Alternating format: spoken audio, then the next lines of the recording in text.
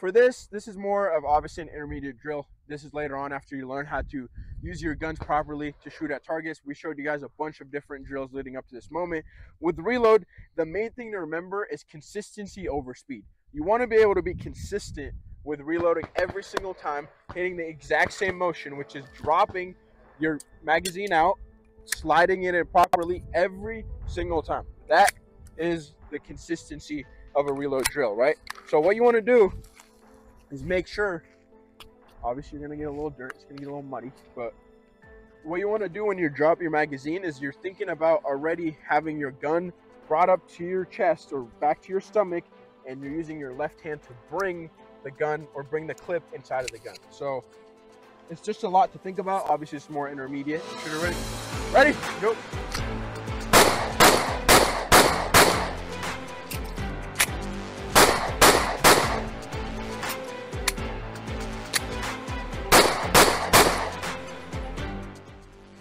Okay, so had a little malfunction with the third magazine right there.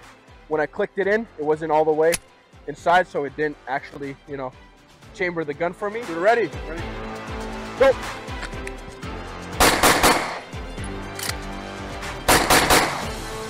Okay, so he didn't take it slow at all. Yeah, my bad. He was supposed to show you guys how to actually like do it consistently and take it a little slow. That was really quick. Yeah, but okay, so what Dylan just did, guys, was actually a tactical reload, meaning that you reload when there's still one in the chamber. An empty reload is when you're fully out of ammo and you actually have to fully reload your weapon.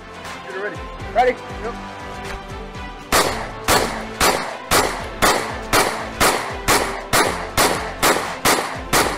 Okay, so now I'm empty. After I'm empty, my main priority is obviously my fingers off the trigger. I'm gonna drop my magazine, pull this out, bring the gun back, slide it in, and then go back, get my sight, and shoot. So that's the consistency part of it, instead of just doing it super fast, because everyone can have speed. But if you have speed and no consistency and you can't do it 10 times over, it doesn't matter. Because that one situation where you might need to actually reload to save your life, you might miss it if you're not consistent. Get ready. Ready, go.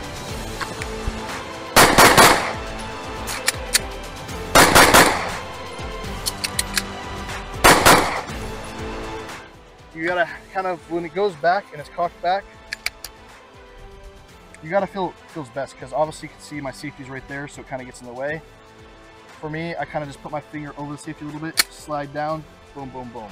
Another thing you guys gotta worry about is when you're like having your belt on and you want to like pull out your gun and stuff, is the loosey jacket, like your shirt, it could get caught in there. I put my jacket under my belt so I don't have the problem of it snagging. Okay, so for me and Dylan, for this one, we reloaded each other's magazines, so we both have no idea how many's in these.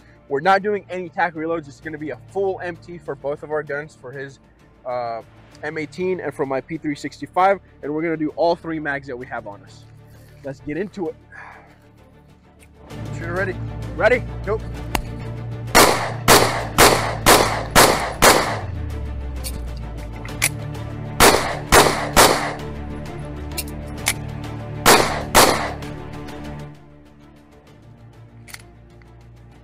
It went empty, but it didn't slide back.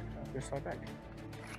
It's weird. For that one, guys, as you guys can see, we did all 3. It was all empty reloads. And Dylan was right. He explained to you guys about how certain clothes are going to get in your way.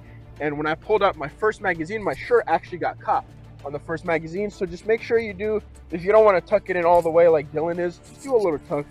It's like, you know, so it's not in your way inside your belt.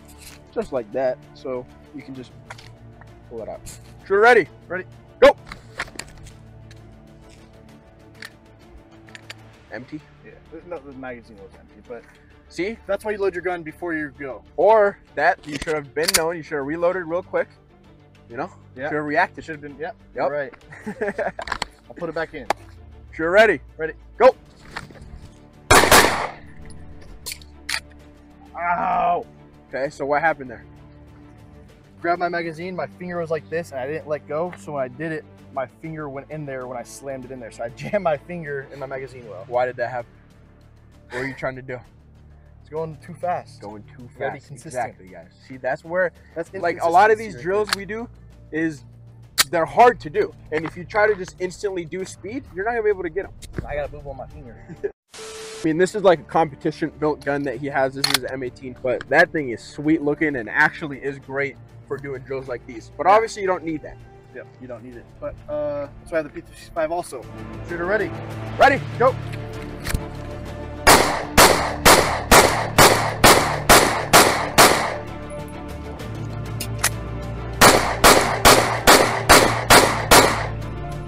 Okay, so right there, as you guys saw in the beginning, I didn't get stuck on the magazine, I got stuck on my holster. That's holster placement. Last time I was out here, I had my holster a little bit to the left of my foot. This time I was right here. So that's just practice. So you're gonna mess up on things, just know that the only way to get faster is by practicing it. Shooter ready. Ready, go.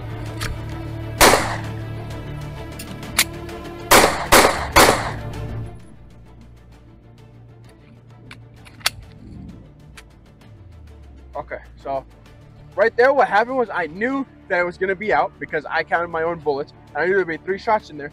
When the gun went empty, this has happened twice now, it didn't lock.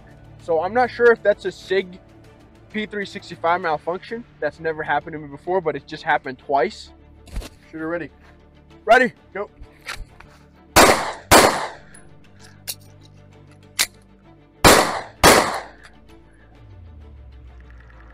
Same thing. So obviously your setup with what you're training with matters a lot, how you set everything up.